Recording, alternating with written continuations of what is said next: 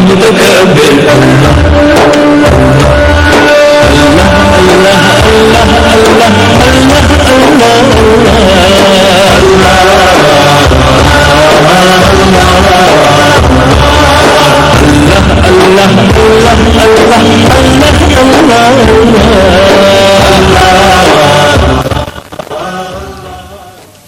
أعوذ بالله من الشيطان الرجيم. بسم الله الرحمن الرحيم. الصلاة والسلام على أشرف المرسلين سيدنا ومولانا محمد وعلى آله وصحبه ومن تبعهم بإحسان إلى يوم الدين. رب اشرح لي صدري ويسر لي أمري واحلل عقدة من لساني يفقهوا قولي. اللهم لا سهل إلا ما جعلته سهلا وأنت تجعل الحزن إذا شئت سهلا فعلمنا ما جهلنا وذكرنا ما نسينا وزدنا علما ثم أما بعد. السلام عليكم ورحمة الله. وعليكم السلام ورحمة الله. Nous rendons grâce à Allah subhanahu wa ta'ala le clément, le tout miséricordieux qui nous a permis une fois encore de nous retrouver autour de cette table ronde en islam, et par la même grâce nous nous proposons cette fois-ci, Inch'Allah, de traiter de la thématique sur l'endettement. La morale islamique nous enjoint de vivre selon le juste milieu, c'est-à-dire pas d'extrémisme à gauche ni à droite. Ainsi Allah subhanahu wa ta'ala l'a dit, la yukallifullahu nafsan illa wus'aha. Allah ne saurait porter une charge à une âme, une charge qu'elle ne peut pas supporter. Et ailleurs il a dit la yukallifullahu nafsan illa ma ataha. On ne saurait exiger d'une âme que ce qu'Allah subhanahu wa ta'ala lui a accordé. Cela nous conduit alors à savoir comment nous allons vivre dans la simplicité. Mais aujourd'hui on constate que par un effet dont on sait d'où il vient, les gens s'endettent souvent à tort, à travers. On va même souvent à créer des faux besoins parce que la possibilité de s'endetter, elle est là présente. Alors on crée un faux besoin le plus souvent pour s'endetter. Le prophète sallallahu alayhi wa sallam nous a prévenu dans cette sentence sublime quand il dit, le prophète sallallahu alayhi wa sallam a dit, nafs al-mu'mini muta'alliqun hatta yaqdi daynahu. L'âme du croyant, elle se trouvera accrochée jusqu'à ce qu'il paye sa dette. Accrochée entre le ciel et la terre. Voilà, c'est-à-dire cette âme, elle est là, elle est en train de balancer de gauche à droite jusqu'à ce qu'il paye la dette. Dans un autre hadith beaucoup plus inquiétant cette fois-ci, le prophète sallallahu alayhi wa sallam va jusqu'à jurer en disant wallazi nafsi, il dit man atala fi sabilillahi thumma ushiya thumma qutila thumma ushiya thumma qutila lan yadkhula al-jannata hatta yaqdi daynahu. Dans ce hadith, le prophète sallallahu alayhi wa sallam a pris l'exemple d'un martyr. Il jure par celui qui détient sa vie, Allah subhanahu wa ta'ala. Donc il dit que celui qui mourira martyr, ensuite Allah le ressuscite et ensuite il prend sa vie. Ensuite, il le ressuscite pour aller combattre dans la voie de Allah subhanahu wa ta'ala. Il le ressuscite jusqu'à 3 fois. Le prophète dit qu'il ne saurait accéder au paradis jusqu'à ce qu'il paye ses dettes. Donc, nous voyons que en islam, les dettes ne constituent pas c'est pas quelque chose de conseillé. S'endetter, ce n'est pas une bonne chose. En islam, le prophète, une fois, s'est refusé de prier pour un compagnon. Et il demandait est-ce qu'il a une dette. Oui, il a une dette. Il dit alors allez-y, priez pour votre frère. Il a fallu que quelqu'un prenne l'engagement afin de payer donc cette dette, jusqu'à c'est en ce moment que le prophète sallallahu alayhi wa sallam a décidé de prier pour lui. Donc cela sera Inch'Allah la thématique dont nous allons débattre aujourd'hui, car aujourd'hui on a complètement embobiné les gens. C'est comme si être endetté devient quelque chose de tout à fait banal, et c'est comme ça que finalement les musulmans se trouvent dans des dettes le plus souvent qu'on meurt sans en avoir à régler, et dans l'au-delà, toute dette sera sûrement réglée.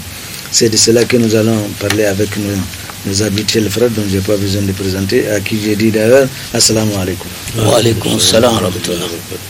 Je commencerai cette fois-ci par Haladou.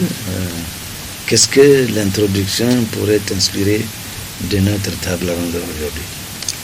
أعوذ بالله السميع العليم من الشيطان الرجيم بسم الله الرحمن الرحيم والصلاة والسلام على سيدنا محمد وعلى آله وصحبه أجمعين ومن تبعهم بإحسان إلى يوم الدين. Cette introduction m'inspire principalement 3 à 4 idées. La dette d'abord, entre la foi et les conséquences. Et enfin la permission. Et la permission. Oui, parce que il est permis de chercher du crédit. Il faut le faire avec foi. Mais il faut tenir à le payer. Prendre avec foi, c'est-à-dire avec l'intention ferme de rembourser. Et le fait de ne pas rembourser, comme vous l'avez évoqué à travers un hadith, il y a des conséquences énormes.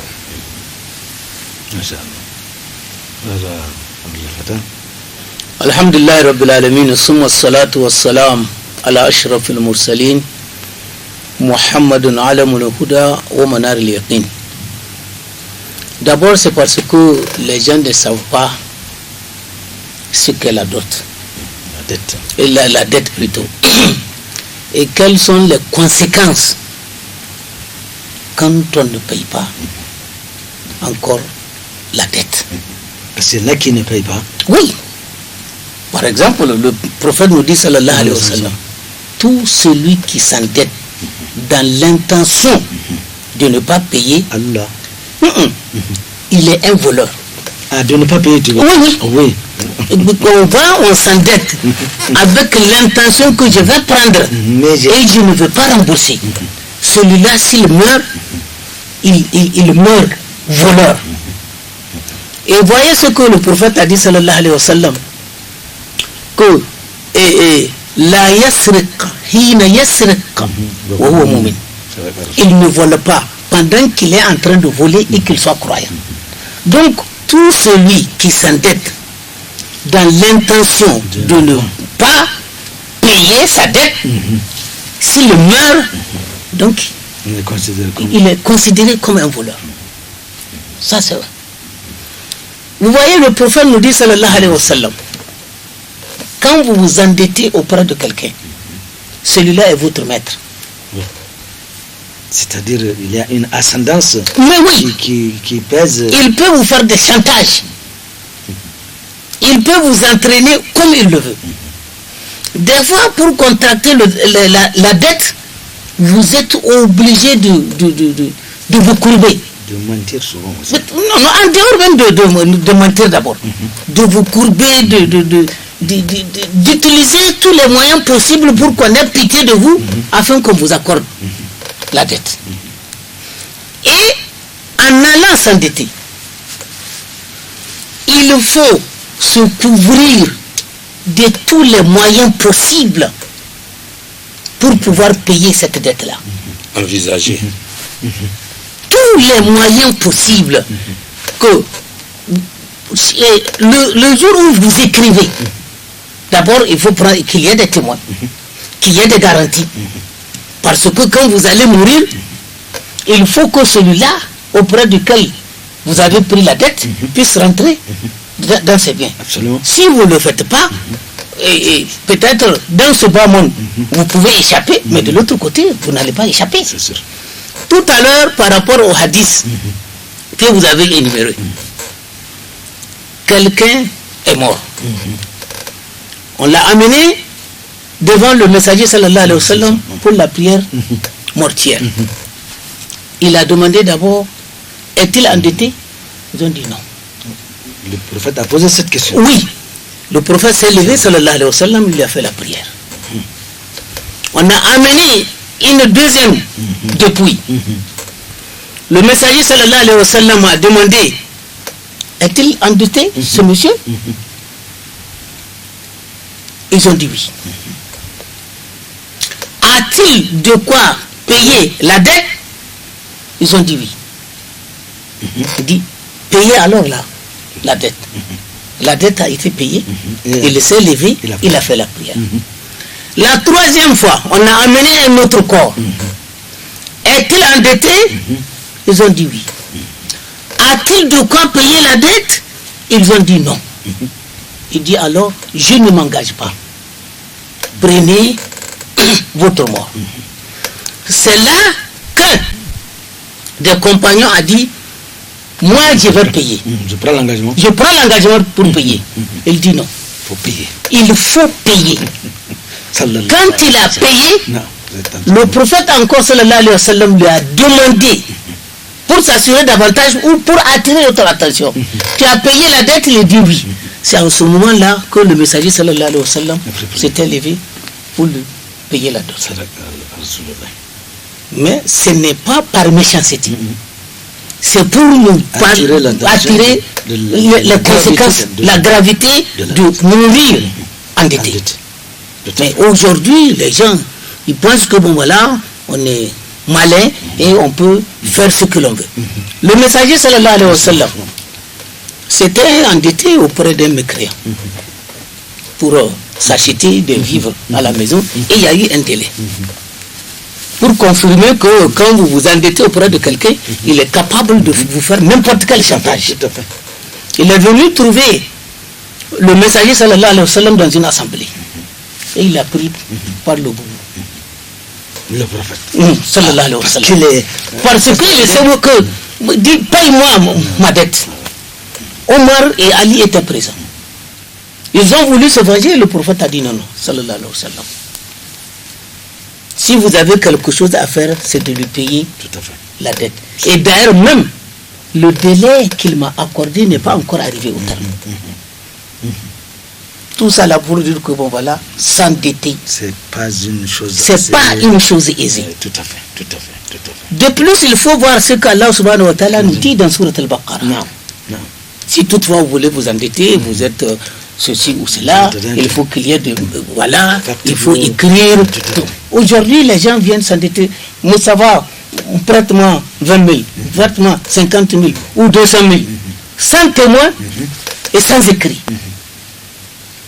Et ça, des cas comme ça, il y en a beaucoup. Il y en a beaucoup. Souvent des sommes importantes. Oui. Les gens vont mourir avec ces crédits. Voilà. Des transactions qui se font, vous êtes grossiste. Moi, je suis un détaillant. Je viens, je prends des marchandises auprès de vous. 20 millions, 3 millions, peut-être. Des fois, il n'y a pas d'écrit. Je prends, je tourne le dos, dire que voilà, quand je vais vendre, finir, je vais venir rembourser. Je vous quitte, je meurs. Il n'y a pas de papier, il n'y a pas de témoin. Vous allez vous présenter auprès de mes héritiers qu'il y a telle ou telle chose entre nous.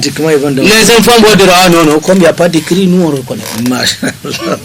Donc cela est dangereux. Frère Mustafa, salam alaikum. Wa alaikum salam wa rahmatullah. A'udhu billahi minash shaitanir rajim. Bismillahir rahmanir rahim.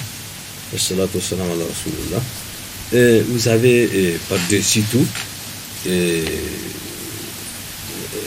la question d'endettement.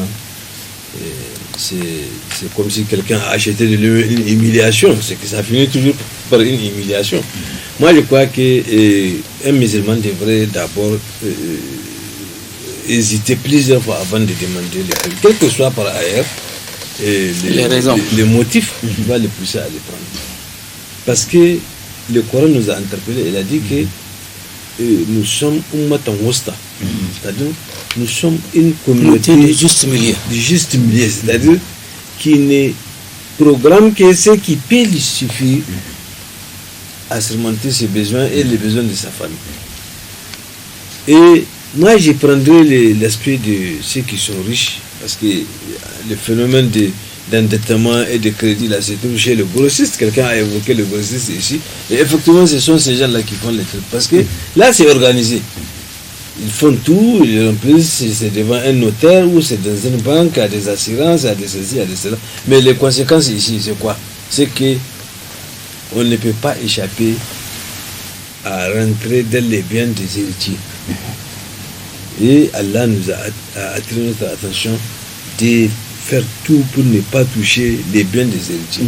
Parce que les gens font ça sans penser qu'il y a des gens qui ont ça là. C'est pas ton bien. Tu peux prendre un crédit sur 40 ans, s'il te plaît. C'est pas. S'il te plaît. C'est aléatoire. Parce que c'est à toi de fixer ton espérance de vie. C'est que ça, il n'y a pas de modération. Ni psychologiquement, ni physiquement. C'est-à-dire, pour toi, la vie, là, c'est pour toi. Tu vois? Donc, celui qui prend ces genres d'engagement-là, seule la dette peut te pousser à le prendre.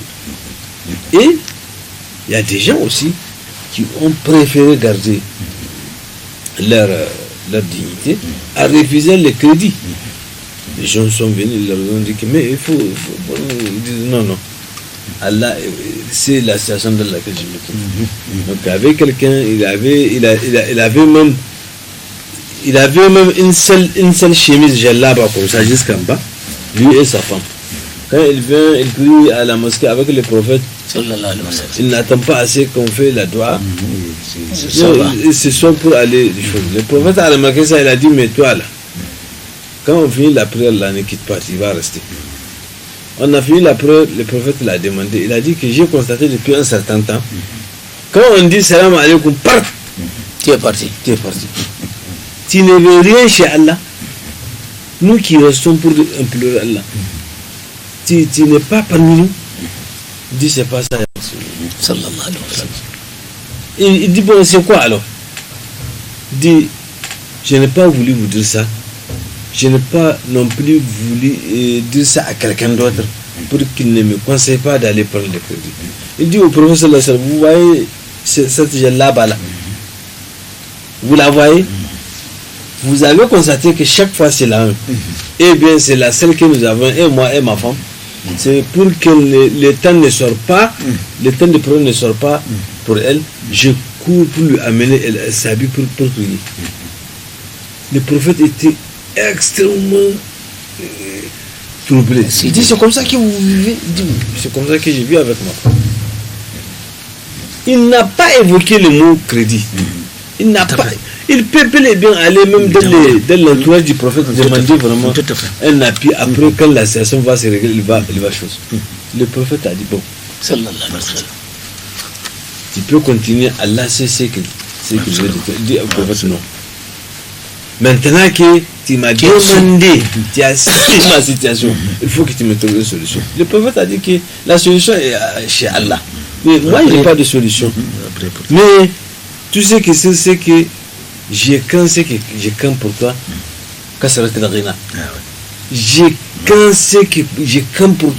j'ai craint pour toi l'immensité des richesses, des biens, l'accumulation des biens, tout ça. Que ça soit par la voie illicite ou illicite. Il décide d'élever. J'ai besoin. Maintenant qu'il m'a demandé, le prophète a dit bon, maintenant à part ça là, après ce là-bas là, qu'est-ce que vous avez dans lequel vous mangez, vous utilisez dans votre vie quoi? Quel est l'objet de valeur que vous avez à la maison? Il dit qu'ils ont une chèvre laitière qui est là. Ils vivent de son lait, de tout ça là. Même, ils vendent même les laits pour avoir quelque chose. Le prophète a dit amène-moi la chèvre là, ici à la mosquée. On a amené, le prophète l'a touché, il a prié Allah subhanahu wa ta'ala. Il dit Allah, il faut effacer la pauvreté de ton serviteur interne. Il faut être vraiment, il faut lui apaiser les choses. Tout à fait. On a fait la doigt, on a amené. Maintenant, il a commencé à tasser des bétails. Quand tu vois des brebis ou des moutons, c'est pour lui. Quand tu vois des vaches et des chèvres par là, c'est pour lui. Maintenant, dans la ville de Madina, là, ces chèvres, ces bétails-là, embêtent les gens. On se plaint trop de lui. Mais la bête de un tel a mangé mes dates. j'ai fait mon étalage, il est venu chez lui. J'ai fait maintenant, la plante a chose, il a quitté la ville du prophète, il est parti loin du prophète. Il vient quand il fait la preuve de l'homme, les jours là, il n'est pas là. Ainsi de suite, ainsi de suite. Finalement, il est versé des zakats, on est venu pour le prophète a dit, comme il ne vient pas à la mosquée, il faut aller lui dire que voilà. Il dit, qu'est-ce qu'il dit? Il dit non, maintenant, moi, c'est pas une dette que j'ai pris. Maintenant qu'on a vu que j'ai ceci, j'ai cela, là, on amène des impôts, de ceci, de cela, des zakats. Lui, il ne consent pas. Le prophète a envoyé 3 fois, il a refusé. Le prophète a dit, laissez-les avec ces biens-là. Je t'assure qu'il est venu jusqu'à ce que la première là qu'il n'a pas ça auparavant et ne peut même pas oser aller demander à quelqu'un parce qu'il a demandé à Allah, Allah lui a donné. Tout à fait. Donc voilà un peu ce que j'ai voulu dire pour définir, par exemple, ce qu'on appelle Ummatan Wasta, c'est-à-dire il faut qu'on soit le groupe de communautés qui sont de juste milieu, qui évitent. C'est un halal, c'est un halal détestable. Tout à fait. Voilà ce que Frère Hardou, aujourd'hui, le capitalisme occidental a imposé à l'humanité le système de dette. À commencer d'abord par nos pays qui sont alors littéralement endettés. Ils sont d'accord à vous augmenter une dette alors que vous n'avez pas souvent commencé à payer la première tranche de la dernière. C'est ainsi que ce système se retrouve aujourd'hui de façon individuelle à certains musulmans, à certains croyants, de vouloir, parce qu'on leur offre beaucoup de canaux d'endettement. Il y a par exemple ces banques qui sont là, il y a également dans les différents systèmes de dette, on peut le contracter d'individu à individu. Donc bref, le plus souvent on s'endette pas forcément parce que c'est nécessaire, même le plus souvent, ne parlons pas d'obligation, on se donne le plaisir de prendre des dettes parce qu'on a cette possibilité-là. Ça, les conséquences, évidemment, on a commencé à en parler, les conséquences de ces dettes sont très graves. Et une fois qu'on est à l'intérieur de ces dettes-là, mais c'est fini, c'est rebelote, on finit, on reprend, rebelote, on finit. Et ça, surtout que certaines dettes, surtout les dettes, quand vous prenez une dette auprès d'une banque, vous pouvez être certain que c'est une dette avec, évidemment, ce que Allah subhanahu wa ta'ala n'aime pas, c'est-à-dire avec les riba. Donc, je voudrais d'abord faire un petit résumé. Donc, la dette, elle est permise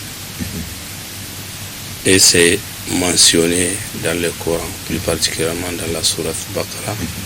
Bon, en fonction du Coran, l'avant-dernière page, c'est sinon le plus long verset, l'un des plus longs versets du Coran. Donc avant Aman Rasoul. C'est là qu'on a parlé. Il faut le faire avec foi, il faut écrire avec des témoins.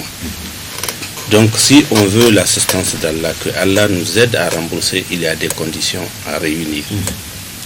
Et ils l'ont évoqué, le prophète Mohammed sallallahu alayhi wa sallam aussi a pris les dettes, la dette. Et il a de l'habitude même de prendre des crédits au nom des autres pour donner aux autres. Donc ça c'est pour parler de la permissibilité de s'endetter. Mais il faut être prudent et il faut être extrêmement prudent. D'abord, quelle dette prendre?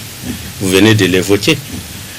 Moi, je sais qu'il y a plus de 20 ans, ce qui a commencé à saccager notre économie. Parce que même de façon traditionnelle, on dépendait de la nature, l'agriculture, l'élevage. Ce qui a saccagé de mon expérience personnelle, ce sont ces dettes qu'on a éparpillées avec l'usure, un peu partout dans les gros villages de notre pays. Avec intérêt, c'est prêt à intérêt. Et aujourd'hui, on s'amuse. C'est même de l'amusement. Sans le savoir, on glisse. Mensualité en 2, en 3, on rentre. Or, on l'a évoqué à une occasion, Omar ibn Khattab châtié, corrigé ceux qui s'engageaient dans un commerce sans avoir des notions. Il faut savoir ce qu'on entreprend. Si c'est licite, si ça nous permet d'avancer. Oui, voilà, licite et ça. Nous-mêmes qui donnons, il faut qu'on sache que si c'est permis, il faut demander. Le commerce aussi c'est permis. Bien sûr. Chercher le bénéfice. La dernière fois on l'a évoqué, après la prière du 22, éparpillez-vous. Il faut faire le commerce, il faut travailler. Éparpiller, Allah a répandu ses bienfaits pour les chercher. Le commerce est permis. Quant à celui qui donne et celui qui prend, soyons extrêmement prudents. Sinon, on peut manquer. Et Allah nous a créés pour que les uns dépendent des autres, même en cherchant du crédit. Ali ibn Abi Talib, radiallahu anhu, à une occasion, il s'est levé, il n'y a rien. Il a vu un vendeur de chameaux. Il a marchandé et on lui a vendu. Alors que chez lui, il n'a rien laissé. Il a dit, vas-y, il a compté sur Allah. C'est un commerce, il a payé le prix à crédit, il a compté sur Allah. Inch'Allah, s'il vend, il a dit de revenir chercher l'argent. Mais comme eux, ils sont toujours dans la voie de Dieu, ils travaillent de Dieu, ils partagent avec les autres. S'ils aident les faibles, ils sont toujours dans la voie de Dieu. Bon, ils ont en tout cas un certain degré de piété, une certaine foi. Sitôt, le vendeur a rebrouché chemin de l'autre côté à quelqu'un qui est venu, il a contemplé le chameau. Il a dit, à qui appartient ce chameau? Il a dit, c'est à moi. Peux-tu me le vendre? Oui. À combien? À combien? Ils ont fait le prix. Quand ils ont fait le prix, quand il lui a vendu, il s'est trouvé que Allah lui a multiplié le prix par 10. Est-ce qu'on a compris? Et il est retourné, il a dégagé le prix, n'est-ce pas? Le prix d'achat. Il garde son bénéfice. Et il est parti. Mais où est-ce qu'il a compté sur Allah? Il a amené, il a servi sa famille, il a remboursé le crédit. Donc il a fait avec foi, conviction. Il a compté sur Allah, n'est-ce pas? Donc c'est de cette façon qu'il faut, on l'a évoqué, il faut écrire. Ouais. Voilà. Oui, tant que c'est à un délai, donc ce n'est pas payé au comptant, il faut écrire avec des témoins. C'est comme ça. Ça nous permet d'avoir l'assistance de Dieu. Voilà la réglementation, il faut la respecter. Mais on dit que il y a même des façons où on cherche à camoufler ou à s'endetter et certains disent même qu'ils se vendent, c'est ça qu'ils cherchent, quoi. Hein? Les crédits là, ils cherchaient comment perdre les pistes, comment échapper, tout ça là. Crédit sur crédit. Crédit sur crédit, alors que l'autre conséquence c'est ce que ça amène, la pauvreté. Bien sûr, ça détruit l'économie de toutes les façons. Ça détruit l'économie de toutes les façons. Alors, pour s'en sortir, il faut chercher le crédit avec foi, mais surtout, il faut compter surtout dans sa vie, il faut compter sur Allah subhanahu wa ta'ala et mener la vie du musulman, la vie modeste. Il y a des crédits que nous prenons dont on n'a pas besoin. Créer des faux besoins. Des faux besoins. Construire une maison pour paraître de telle façon. Être comme X. Si c'est pas un gros 4x4. Oui, on a la maison aussi, c'est un besoin, mais il faut faire juste le nécessaire. Et il y a des moments où on a l'illusion que même si c'est un salaire qu'on a, c'est élastique. On a 120 000 francs de salaire, 200 000, 250 000, on peut facilement prendre un crédit de 200 000, 150 en comptant toujours sur ce salaire. Comment est-ce qu'on ne peut pas s'endetter toujours pour le mativisme, pour l'ostentation? Ça, comme on l'a cité, le prophète Mohammed sallallahu alayhi wa sallam, pour les besoins des autres, Ali ibn Abi Talib, pour le besoin de sa propre famille, mais en comptant sur Allah, ils se sont endettés. Mais nous, souvent, le plus souvent, l'endettement, ce n'est pas sur le nécessaire. Malheureusement. c'est sur le secondaire. Oui, le superfétatoire le plus souvent. C'est sur le secondaire, c'est sur l'ostentatoire. Quelqu'un a un parent dans un pays développé, il envoie ceci. Moi aussi, j'ai dit, il me faut des chaussures comme ça. Hein? Ou un accoutrement comme ça. Même si je ne peut-être même j'ai des charges parallèles que je prends, je ne lui ressemble pas, en tout cas économiquement, il n'y a pas de. Je dis il faut que lui aussi, que moi aussi je paraisse comme lui. Tout à fait. Que Dieu nous assiste. Donc la dette. Oui, mais dans quelles conditions? La dette, mais dans quelles conditions? La dette jusqu'à la tombe, jusque dans la vie dans la tombe. La vie intermédiaire avant le jour du jugement dernier, ça a des conséquences. Tout à fait. Frère Abdel Fattah, il y a des systèmes aujourd'hui qui sont organisés depuis entre certains commerçants et certains employés. Lui, le travailleur, il sait qu'il a un salaire qui tombera chaque fin de mois. C'est ainsi, ça lui offre, comme il disait, cette liberté de vouloir, bon, j'aurai le salaire, il n'y a rien à faire, j'engage ce salaire. Si on prend l'exemple de quelqu'un qui touche 250 000 francs par mois, de façon régulière, à un moment donné, il peut avoir 50 000 francs de dette.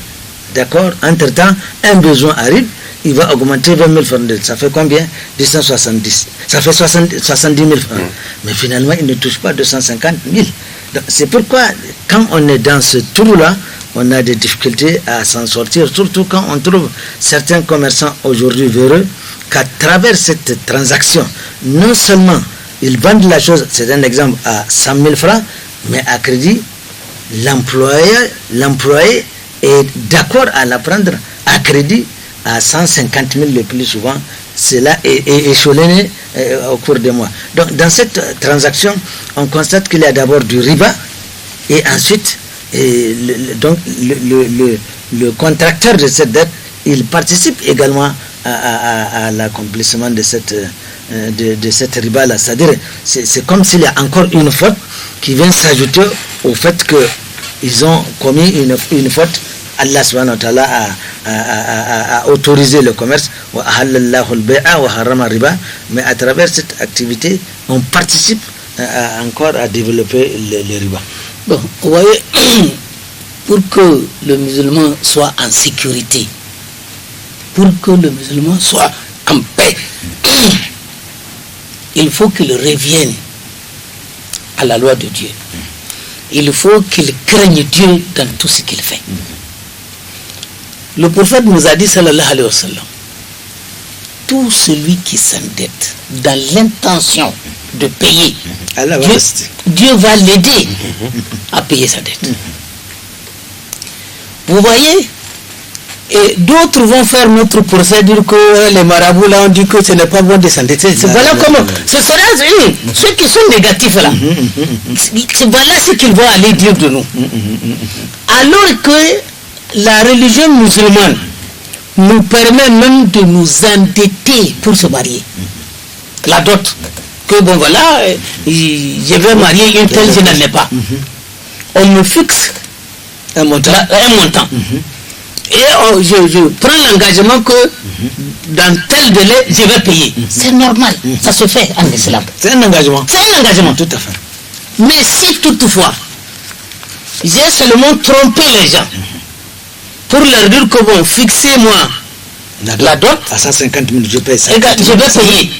Et dans l'intention de ne pas payer, tout ce que j'aurais fait avec cette femme-là, c'est de l'adultère et vice-versa. C'est du zina. Parce que la conditionnalité de validité d'un mariage, d'abord la dot.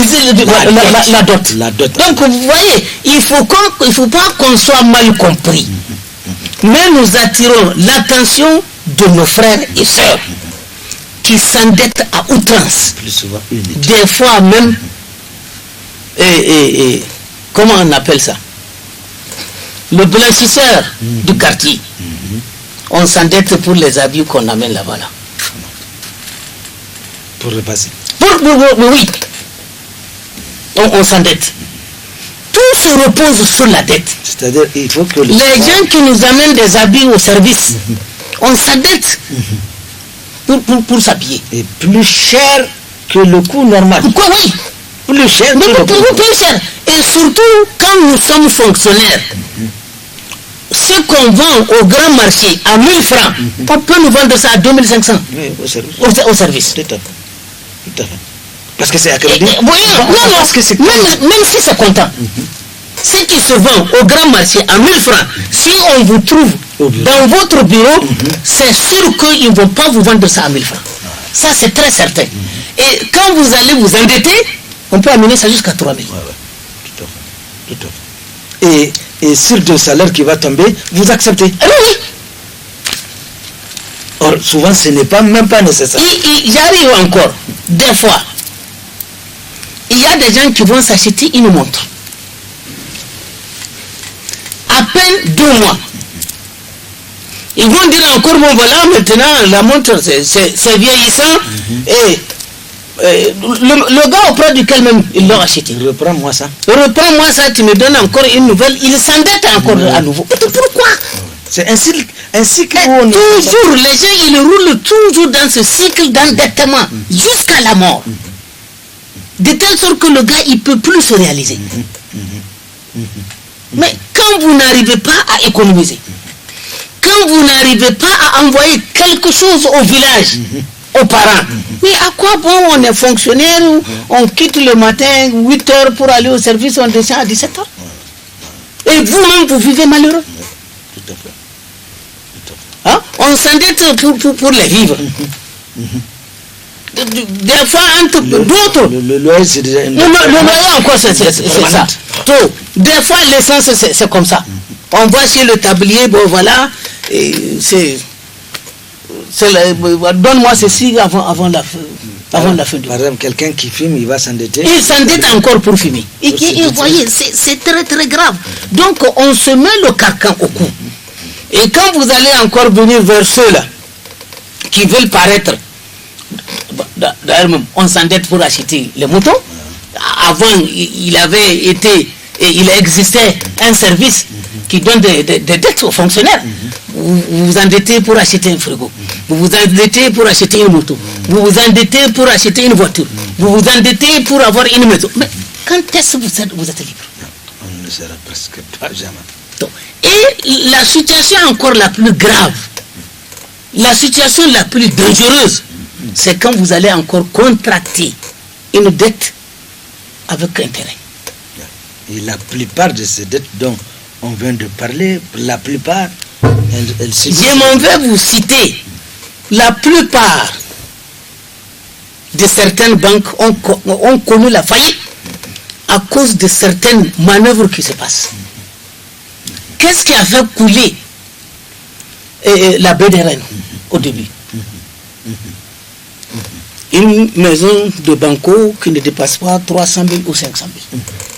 On va faire un titre foncier en complicité avec les agents de la banque. Pour dire une maison qui ne dépasse pas peut-être 500 000, maison en banco. On fait un titre foncier, on dit que bon, c'est 5 millions. Le faudrait se présenter à la banque? Non, j'arrive en complicité avec le technicien de la banque. Puisque lui, il faut qu'il aille voir. Il va confirmer, il va assurer la banque que la garantie est là. Cette maison en banco. Et oui. Alors ils se sont entendus, bon, quand je vais avoir les 5 millions, voici ta part. Voilà. Et des fiscs aussi. Non, il n'y a pas les fiscs dans cette affaire-là. Donc, il prend une maison que je sais qui ne dépasse pas 500 000. J'ai fait un titre foncier, on me donne 5 millions. Le gars, il quitte le Niger. Et j'ai donné ce que j'ai donné à mon complice. La banque va attendre. Comment rentrer dans ses droits? On va aller visiter la maison. Même si la banque veut vendre la maison pour récupérer son argent, il n'y en a pas. Voilà comment on a fait des fois pour crouler certaines banques. Et ça continue jusqu'aujourd'hui. Frère Moussafa, alors le fonctionnaire ou le travailleur de façon générale doit s'organiser, parce qu'un endetté, il va rester un éternel endetté et il ne pourra jamais se développer. Wallahi. Tu as parlé de fonctionnaire, wallahi. Moi j'ai géré le dossier de quelqu'un. Il travaille à Maradi. Il a une femme qui a des enfants à peu près 7 à plus comme ça. Vraiment, et la fille maladie, il a fui son poste à cause des crédits. Lui, il n'a jamais touché son salaire, ce sont les gens qui lui doivent à qui il doit de l'argent, qui prend. Chez les payeurs, c'est comme ça. Il n'a pas le droit de toucher son salaire. Son salaire, c'est son nom, c'est son numéro de matricule, mais il ne touche pas. Jusqu'à ce que sa femme assise ça. Ce sont des gens, et c'est-à-dire, on arrache ça et il n'a même pas fini de payer la tranche des deux autres. Wallah, jusqu'à ce qu'il est parti à la retraite. Les fonds de la retraite, là, les mois qu'on fait là pour les fonds de la pension, là, qu'on tire dans les salaires de choses, même elle est déjà mangée et qu'il est encore dans les têtes. Autrement dit, si vous évaluez, ça veut dire que d'abord, il n'a pas vécu sa vie. Il a gâché la vie des générations futures, c'est-à-dire ses femmes et ses enfants. C'est petit là. Parce que même leur héritage est rentré dans le paiement de salaire, c'est-à-dire que c'est pas sorti, c'est pas fini. Vous voyez ce que voilà, et ça je vous dis d'une situation réelle que j'ai gérée, un dossier que j'ai géré. C'est pour vous dire que ce genre de choses, c'est que quelque part, moi je dirais que c'est une maladie. Parce que d'abord, celui qui fait ça, c'est consciemment il va pour le faire. Or, un crédit pour que vraiment tu puisses bénéficier, tu puisses bien jouer, il faut vous demander les techniciens.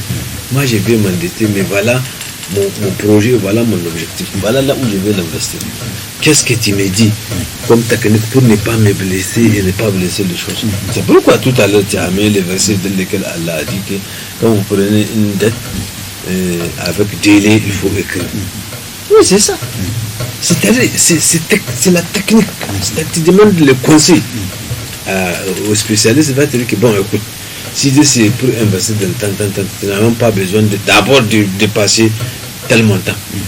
Et voilà, progressivement, comment tu vas le faire, ton salaire sera divisé par 3, c'est seulement le tiers là qu'on va donner. Donc tu as une marge.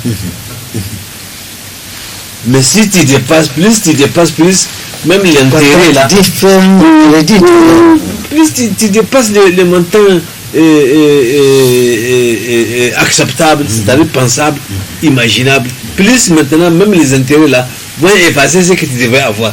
Ça veut dire que tu vas d'abord donner tout ce que tu as mensuellement et que tu vas te retrouver avec un manque pour 6 mois, pas pour toujours, pour 6 mois. Donc vraiment, je crois que c'est pourquoi moi je conseille, parce que si il faut commencer à détailler les choses, c'est pas comme le commerce.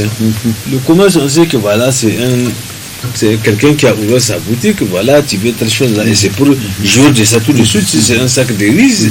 Mais ici, c'est une dette pour aller ne pas faire, c'est pourquoi tu as contacté le tout à fait. Et vous avez parlé, pour finir, vous avez parlé de capitalisme, donc les gens, les Occidentaux, les grandes puissances là, ils nous endettent. Mais c'est ça que vous entendez, les États ou les présidents disent que non, on a pris ça là pour les générations futures. Ça veut dire qu'on a pris cette dette là pour 100 ans, ça veut dire que c'est pas nous qui vont payer ça. Ce sont nos enfants, les enfants de nos enfants, nos arrière-petits. La génération qui n'est même pas future. Quand on dit génération future, celle qui n'est même pas née. C'est au nom d'elle là. C'est à son conseil endetté. Pour vous dire que ceux qui s'adonnent au jeu du crédit là, ce sont des gens qui sortent du cadre. Ce sont des gens qui sortent des cadres complètement. Ils sortent des cadres des gens normaux que l'islam a dit que nous sommes, nous, la communauté musulmane, il faut être ces gens-là, ils sont sortis de ça. Amir, moi je me rappelle encore, dans les années 90, j'étais à l'intérieur du pays. Je vous dis qu'il y a des fonctionnaires qui s'endettent pour boire de l'alcool. Wallahi. Et ça, leur chéquier se trouve chez le barman. À la fin du mois, on fait le total ici. Oui, il signe, c'est le barman qui touche, qui touche son salaire, il prend son argent, il lui remet le reliquat. S'il y a des reliquats. S'il y en a. Et le replonge dans. Et il le replonge encore. Ils sont toujours là. D'autres même, ils passent la nuit au bar. C'est ainsi aussi les usuriers là. Avec les petits sacs qu'on voit, avec les payeurs dans les services. Les gens s'endettent. Sac de riz, sac de quoi, tomates, tout se fait sur la dette. Et vous voyez ce que le Coran nous dit. Avant que les héritiers ne viennent dire qu'ils vont se partager l'héritage, Allah subhanahu wa ta'ala dit que bon voilà, il faut payer la dette. La dette d'abord. Oui, la dette d'abord. Et aujourd'hui, il y a beaucoup d'héritiers qui vont dire que bon voilà, même si vous apportez des preuves, ils refusent. Ils refusent. Il y en a qui refusent. Il y a d'autres qui refusent. Ça ne regarde que notre papa ou bien notre maman. C'est-à-dire qu'ils savent que leur père il s'est endetté et au-delà. Notre père se trouve à Yantala, va le trouver là-bas. Nous, ça ne nous regarde pas. C'est des enfants maudits. Voilà. Donc, ceux-là qui s'endettent n'ont qu'à faire attention. Ils n'ont qu'à faire attention. Vous voyez, quand le prophète sallallahu alayhi wa sallam devait quitter la Mecque pour Médine Hijra, mais il a créé toutes les conditions pour rembourser les dépôts. Tous les dépôts. Les dépôts. Donc, c'est ainsi aussi que le messager nous dit, sallallahu alayhi wa sallam, chaque nuit qui arrive, écrivez votre testament parce que vous ne savez pas si le lendemain vous allez vous serez en vie. Et c'est grave. Mais aujourd'hui, les gens, c'est comme si la mort n'existe pas. Ou on mourra quand on voudra. Mais non, donc il faut faire attention. Même au pays endetté, on procède à ce qu'on appelle la structuration ou quoi, un terme qu'il emploie afin de ramener l'État en tant qu'État à des meilleures, je ne sais pas, des meilleures prédispositions, c'est-à-dire on peut pas redressement, restructuration, des trucs, un terme comme ça là, c'est-à-dire même à l'État, il est souvent exigé, et même de ceux qui les endettent, à un moment donné, ils finissent par avoir pitié de nous et ils les exigent de nous de diminuer le taux d'endettement. Voilà, justement. Donc il faut que chaque employé qui est tellement surchargé pense à cela, c'est-à-dire qu'il vit sûrement au-dessus de ses moyens, et c'est ce qui fait souffrir la plupart des gens qui sont endettés. On a l'impression de se focaliser uniquement sur les fonctionnaires, les agents de l'État. Il y a un autre élément. Les travailleurs, mais il y a ces cérémonies Oui, lors des cérémonies aussi, on s'endette. On s'endette. Oui, tout à fait. Vraiment, même la Walima, on invite le plus souvent des gens sérieux, n'est-ce pas? Qui peut être un groupe restreint. Et c'est une sunna de toutes les façons. C'est une sunna de toutes les façons. Ce n'est pas l'autre obligation. Et on le fait en fonction de ses possibilités. Ses proches, on les sert avec ce qu'on a. En principe, c'est des gens qui sont censés nous comprendre et qui sont censés nous apporter un coup de main. Mais parfois, vous voyez, des gens, vous êtes sûrs qu'ils ne sont pas prêts ou n'ont pas la possibilité de servir toute une assistance. Vous allez voir les gens le long de la journée qui n'ont presque rien. À l'occasion de leur cérémonie, ils servent les gens le long toute la journée. Qui ne sont pas invités. Toute catégorie de passants, des gens impassants. Souvent, c'est le fruit d'un endettement. Souvent, c'est le fruit d'un endettement. Or, le prophète Mohammed sallallahu alayhi wa sallam a cherché protection. Contre quoi? Le deuil. La dette. La dette. Galabat den dont on a parlé. Tout à fait. Galabat den wa qahr rijal.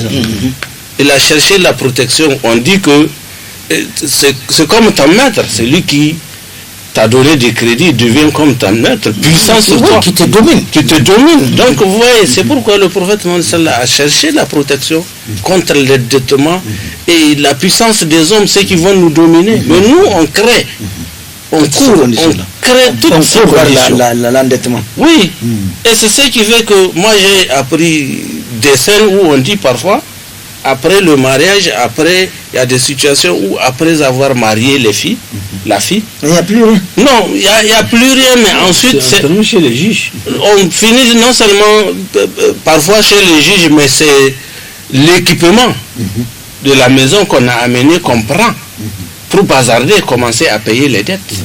Et c'est ce qui fait cette pléthore de divorces, parce qu'on ne peut plus tenir. Par la suite, on ne peut plus rester. Et on a accepté aussi d'instaurer une coutume qui disloque des mariages. Parce que à force de vouloir dépenser, à force de vouloir que chacun il a la capacité, maintenant la fille peut se marier. Si un père ou une mère reste modeste, on va continuer à dire à la fille que vous n'avez pas fait telle chose, du secondaire. Alors que le mariage, les conditions de fond et de forme, il n'y a même pas ces choses dedans. Bien sûr. Ce qui fait le fondement du mariage. Il n'y a pas, mais on crée des coutumes où on vient, si quelqu'un dit lui, il ne va pas faire, on va continuer à reprocher à la fille jusqu'à elle va quitter le foyer à cause de ça. Donc c'est comme si sa famille, dans tous les cas, elle ne doit pas parler, elle n'a pas le droit de parler, ils ne sont rien. Sa mère n'a pas été capable de faire ceci, et jusqu'à la fille va quitter le foyer. Voilà, et ça, l'islam vient abolir tout ce qui lui est contraire. N'est-ce pas? Tout ce qui peut nous amener. Mais si on parle de la bid'a, c'est aussi sur tous les plans. Si on parle de la bid'a, tout ce qui doit conduire à l'illicite, c'est aussi illicite. Donc, il y a une vie dans, comment dirais-je, l'endettement, il y a cette ostentation. Or, le musulman, comme il l'a évoqué, c'est quelqu'un qui doit vivre comme si le soir ne doit pas le trouver vivant. Voilà, tout à fait. Il faut être modeste dans les dépenses, il faut éviter les conséquences des dettes, il faut choisir l'essentiel, que ce soit dans les dépenses de baptême, de mariage, éviter le mativisme, faire l'essentiel. Et je vous dis, honnêtement, si aujourd'hui la pauvreté s'est installée, même en campagne, le mariage, moi, il n'y a pas 3 semaines, j'ai assisté aux situations, j'ai constaté des situations où les mariages et les baptêmes sont plus chers en ville qu'en campagne. Par exemple, nous ici, lors de la célébration du mariage, vous pouvez venir avec 9 000, 10 000 au moment de la célébration. Ça suffit, en dehors des 50 000. Mais ailleurs, vous allez voir, un chef du village, il va dire non, il lui faut 5 000. Tandis que ici, d'ordinaire, c'est 1 000 francs. Un chef de quartier, comme on dit. Un chef de quartier, comme on dit. Mais lui, il peut dire non, ça ne suffit pas. S'il le regarde, comment dirais-je, la famille, il va dire les 5 000. Ça ne suffit pas. Et vous allez voir une importante somme qui est dépensée. Et c'est ce qui fait qu'avec la réalité des pays qui viennent par an, les gens sont souvent dans la précarité. Et l'un dans l'autre, il faut que les décideurs voient cette question. Après avoir légiféré sur ces dépenses-là, est-ce que c'est mis en application d'ailleurs ostentatoire? Il faut que voir ces dépenses parce que la coutume est en train de devenir, non seulement elle est pervertie, elle est en train de devenir élastique et ça nous amène, dès qu'on marie, dans certaines campagnes, dans une famille, dès qu'on marie une fille, un garçon, toutes les récoltes de cette saison sont parties. Parce que du côté de la mère on puise, du côté du père on puise pour sortir de la honte. Et les salons qu'il y a en ville, on essaie de comment dirais-je, on essaie de s'agiter. Il faut s'équiper de ça et les mettre souvent dans une chambre en très couché en banco ou dans une case. Bien sûr. Est-ce que c'est raisonnable? Bien sûr que c'est pas raisonnable. Alors, frère Moustapha, aujourd'hui on habite parce qu'on est endetté. on roule avec des dettes. On s'habille le plus souvent avec des dettes. On mange en s'endettant. On scolarise ses enfants en s'endettant. Comment Il y a près de quel conseil? On ne reste que 10 minutes. Mais d'abord, je sais que ça ne peut pas continuer. Ça ne doit pas continuer comme ça. Mais alors, quel conseil donner à nous-mêmes, nos frères, nos sœurs? Vous savez, arrêtez ça. Tout ce qui va te faire sortir de la foi, de la ligne tracée par Allah et son prophète. Ne peut t'amener que dans des difficultés. Ça, c'est clair. C'est-à-dire ça, là, les seuls conseils qu'on peut donner, que les gens n'ont qu'à faire attention, ce n'est même pas dans ce monde d'ici-bas que les conséquences sont vite. C'est dans l'au-delà. Même de l'au-delà. Dans l'au-delà, la dette est payée. Ça te sort. C'est-à-dire, même si tu pries, tu sais que tu n'es pas dans la prière. Tu as ton esprit là-bas. Comment je vais faire? Moi, un tel, et si je sors maintenant et qu'il m'attrape, qu'est-ce qu'il peut me faire? Qu'est-ce qu'il est capable de me faire? Tout ça, là, ce sont des choses que tu vis toute ta vie dans la psychose. Donc ta prière là, n'est pas exaucée parce que tu n'es plus dans la prière, tu ne sais même pas où tu es. Donc les gens n'ont qu'à faire attention. C'est-à-dire, il faut toujours faire des choses avec modération. On a débuté avec ça. Tout celui qui vit avec modération, même si c'est ton bien, prends l'habitude de les partager en deux. À toi, tu déposes choses. C'est une prévision. Même si c'est pour toi, il faut toujours, malgré la dette et tout, il faut toujours avoir l'habitude de faire sortir quelque chose à part. Aujourd'hui, il y a des gens qui touchent le salaire le 25, le 26, le 27, il n'y a plus rien. Mais justement, on replonge dans. On commence le mois prochain. Mais Ismaël, jusqu'à la mort. À la recherche de cette chose-là, tu vas dans ta propre conscience. Tu vas avec tes pieds. C'est toi-même qui vas aller chercher. N'est-ce pas? Mais, bon Dieu, ici, et tout ce qui t'arrive en conséquence, tu les mérites. Tu les mérites. C'est-à-dire, la vie d'un musulman devrait être propre. C'est-à-dire tout ce que tu vas manger là, il faut le manger ou bien il faut jouir de ça dans un cadre où c'est honorable pour toi et que tes enfants ne sont pas humiliés, ne sont pas persécutés. On va dire que votre papa là, il a fini par ceci et leur papa ne les a même pas laissé telle chose. Ça va venir, hein? Bien sûr, ça va venir. Bien sûr. Mon frère Haladou, en termes de conseils et de fin de débat, qu'est-ce que tu as à dire? Oui, au fait, on est en train de parler sur l'endettement, rappelons-le. Il est important. Vraiment, la vie du musulman, c'est le juste milieu. La vie du musulman, c'est la modestie. Et la vie du musulman, c'est aussi, en œuvrant certainement, se remettre tout à Dieu. Donc je voudrais rappeler ce conseil qui a été évoqué la dernière fois du gouverneur auquel Omar ibn Khattab a rendu visite.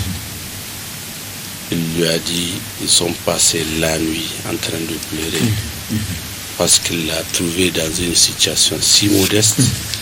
Il n'a même pas de lit approprié, le gouverneur, pour passer la nuit. Il a dit, je t'ai pas envoyé le nécessaire pour que tu mènes une vie décente. Ils ont passé la nuit en train de pleurer et d'évoquer le temps du prophète et des autres compagnons qui les ont dévancés dans l'autre monde. Il a dit à Omar ibn Khattab, il a répondu au gouverneur que, rappelle-toi, le prophète Mohammed sallallahu alayhi wa sallam a dit que ta part dans cette vie soit comme la part d'un voyageur. Le voyageur n'emporte pas tout ce qu'il a, n'est-ce pas? C'est un minimum qu'il a.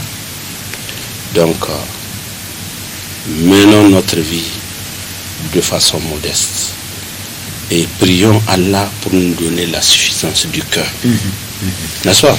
C'est aussi une des prières du prophète. La suffisance du cœur pour que le peu nous suffise, pour que nous puissions vivre avec le juste milieu, mais surtout,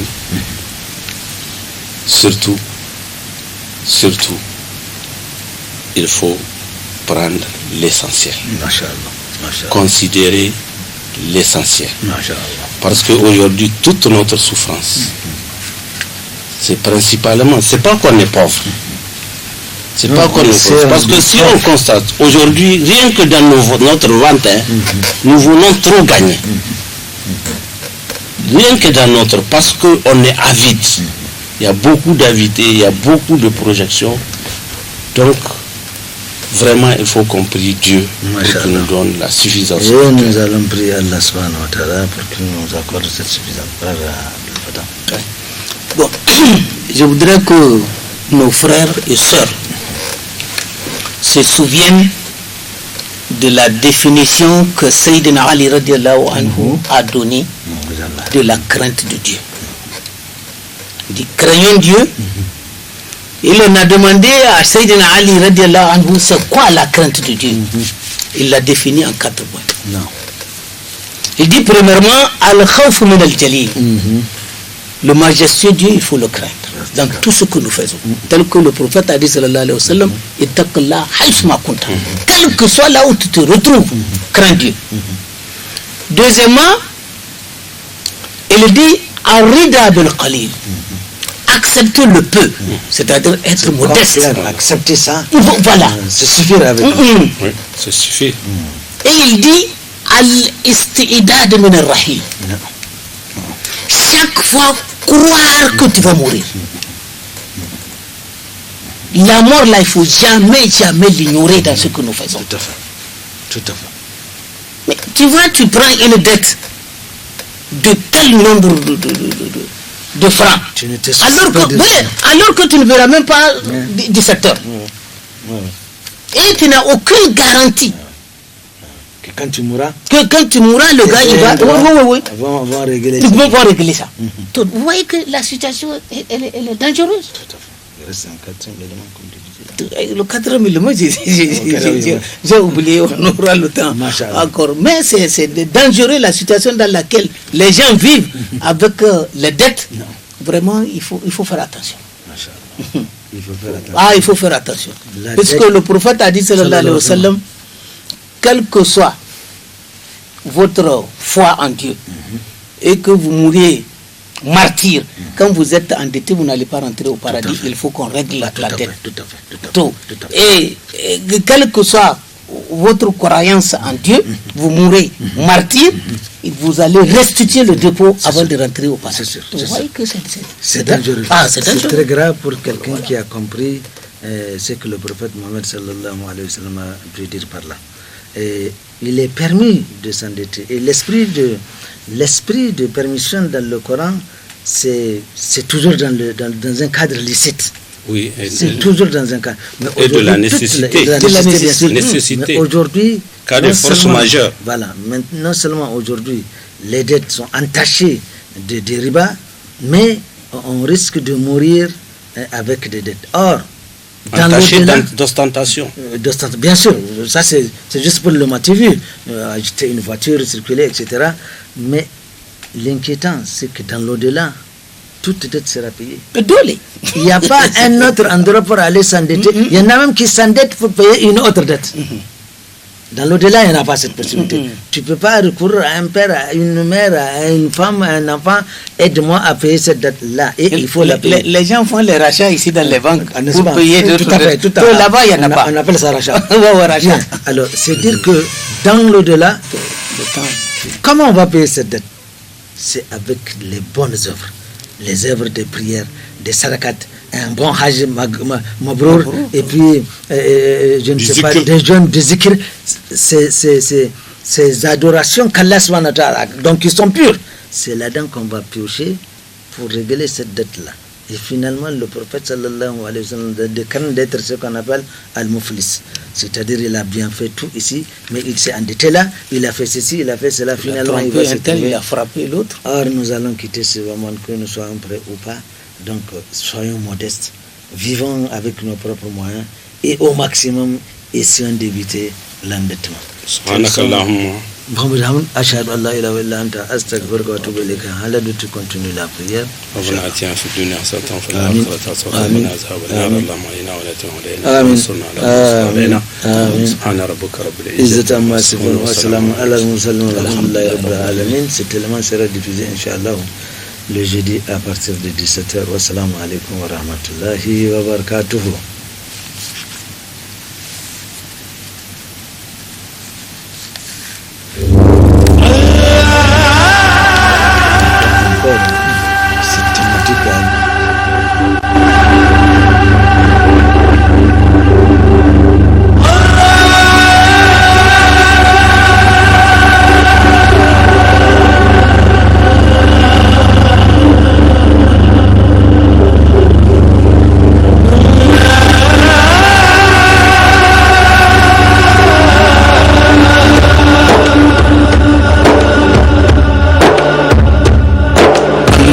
Allah Allah Allah Allah Allah Allah